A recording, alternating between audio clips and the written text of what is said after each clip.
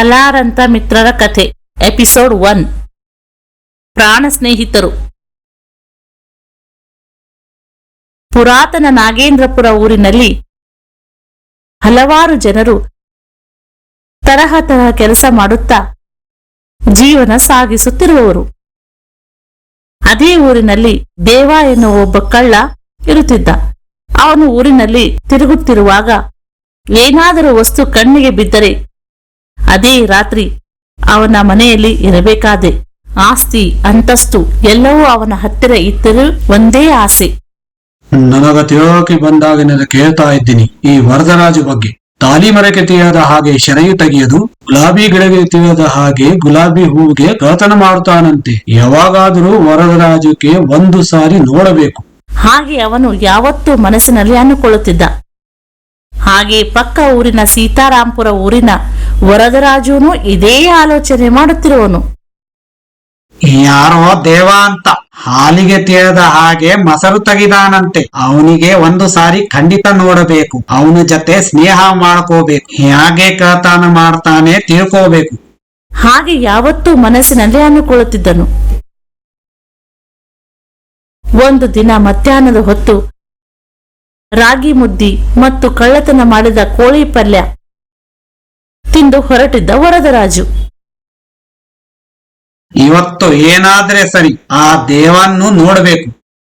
ಹಾಗೆ ಮನಸ್ಸಿನಲ್ಲಿ ಅಂತ ಹೇಳ್ಕೊಳ್ಳುತ್ತಾ ನಡೆದುಕೊಂಡು ಹೊರಟಿದ್ದ. ನಡೆಯುತ್ತಾ ನಡೆಯುತ್ತಾ ಸ್ವಲ್ಪ ವಿಶ್ರಾಂತಿ ತೆಗೆದುಕೊಳ್ಳಬೇಕೆಂದು ಆಲದ ಮರದ ಹತ್ತಿರ ನಿಂತುಕೊಂಡ. ಅಲ್ಲೇ ಮರದ ಹತ್ತಿರ ದಷ್ಟ ಪುಷ್ಟ ದೇವ ಕುಳಿತುಕೊಂಡಿದ್ದ. ಅಂತ ಕೇಳಿದ ಕ್ಷಣ, ಏನ್ರಿ ಸ್ವಲ್ಪ ಸರಿತೀರಾ? ಹಾಗೆ ಕುಳಿತ ದೇವ ಸ್ವಲ್ಪ ಸರಿದುಕೊಂಡ. ಹಾಗೆ ಇಬ್ಬರು ಅಲ್ಲೇ ಒಬ್ಬರಿಗೊಬ್ಬರು ಪರಿಚಯ ಮಾಡಿಕೊಳ್ಳುವವರೆಗೂ ಬಂದರು. ನಿಮ್ ಹೆಸರೇನು? ನಮ್ ಹೆಸರು ದೇವ, ನಮ್ದು ನಾಗೇಂದ್ರಪುರಂ. ಹಾಗೆ ಅದೇ ಕ್ಷಣ ಬೇಕಾಗುವ ವಸ್ತು ತನ್ನಂತಾನೆ ಹುಡುಕಿಕೊಂಡು ಬಂದ ಹಾಗೆ ಸಂತೋಷವಾಯಿತು. ಏನ್ ಕೆಲ್ಸಕ್ಕೆ ಹೋಗುತ್ತಾ ಇದ್ದೀರಿ? ಅಲ್ಲಿ ವರದರಾಜು ಅನ್ನೋ ವ್ಯಕ್ತಿಗೆ ಭೇಟಿಯಾಗಲು ಹೋಗುತ್ತಾ ಇದ್ದೀನಿ. ಹಾಗೆ ತನ್ನ ಮನಸ್ಸಿನ ಮಾತು ಹೇಳಿದ್ದಕ್ಕೆ ವರದರಾಜು ಬಹಳ ಸಂತೋಷ ಪಟ್ಟರು. ಹಾಗೆ ಒಬ್ಬರಿಗೊಬ್ಬರು ತಿಳಿಯದೆ ಅಭಿಮಾನ ವ್ಯಕ್ತಪಡಿಸಿದರು. ನೀವು ಊರು ಜಮೀನ್ದಾರ್ ತೋಟದಲ್ಲಿ ಕಳತನ ಮಾಡಿದಿರಂತ ಆ ಮಾತು ಕತೆ ಮಾಡಿ ಹೇಳ್ತಾ ಇದ್ದಾರೆ. ತನಗೆ ತಿಳಿದಿರುವ ಸ್ವಲ್ಪ ಕಳ್ಳತನದ ವಿಷಯ ಬಗ್ಗೆ ದೇವ ಹೇಳುತ್ತಿರುವುದನ್ನು ಅದಕ್ಕೆ ವರದರಾಜು ಉತ್ತರ ಹೇಳುತ್ತಿದ್ದನು. ನೀವು ಸಮುದ್ರದಲ್ಲಿನ ಹಡಗನೆ ಕಳತನ ಮಾಡಿದ್ದೀರಂತ, ಹೇಗೆ ಮಾಡಿದ್ದೀರಾ? ಹಾಗೆ ವರದರಾಜು ಕೇಳಲು ಶುರು ಮಾಡಿದ. ಇಬ್ಬರು ಒಬ್ಬರ ಮೇಲೆ ಒಬ್ಬರು ಅಭಿಮಾನ ತೋರಿಸುತ್ತಿದ್ದರು.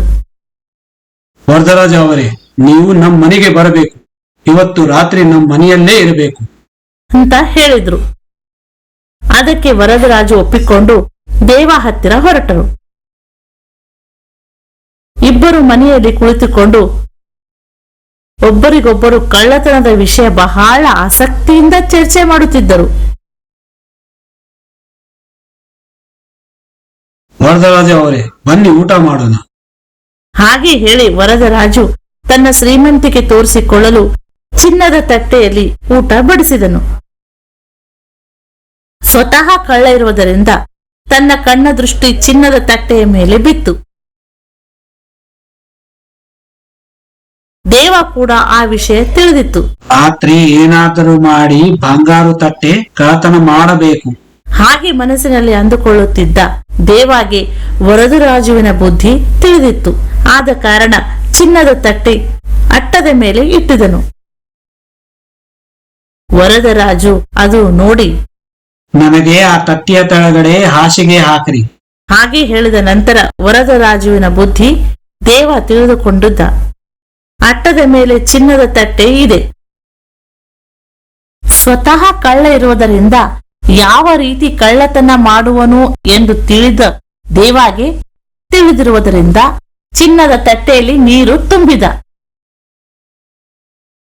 ಸ್ವಲ್ಪ ಕದಲಿದರೆ ನೀರು ಬೀಳುವ ಹಾಗೆ ಎದ್ದೇಳುವ ಜಾಗೃತ ಮಾಡಿಕೊಂಡಿದ್ದ.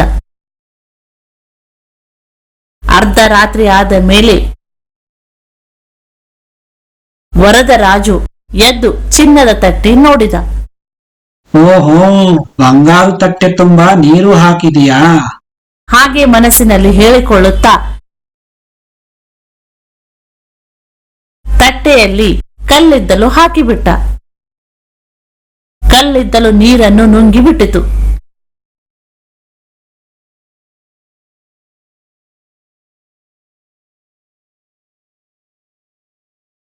ನಂತರ ವರದರಾಜು ಚಿನ್ನದ ತಟ್ಟೆಯನ್ನು ಊರಿನಲ್ಲಿ ಇರುವ ನದಿಯಲ್ಲಿ ಮುಚ್ಚಿಟ್ಟು ಅದಕ್ಕೆ ಗುರುತು ಸಿಗುವ ಹಾಗೆ ಒಂದು ಕಟ್ಟಿಗೆ ಇಟ್ಟ.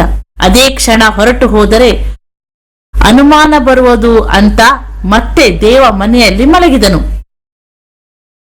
ಸ್ವಲ್ಪ ಸಮಯ ನಂತರ ದೇವ ಎಚ್ಚರವಾಗಿ ನೋಡಿದ ಚಿನ್ನದ ಪ್ಲೇಟು ಇರುವುದಿಲ್ಲ. ಓಹೋ, ಬಂಗಾರು ತಟ್ಟೆ ಹೊಡೆದು ಬಿಟ್ಟಿಯಾ?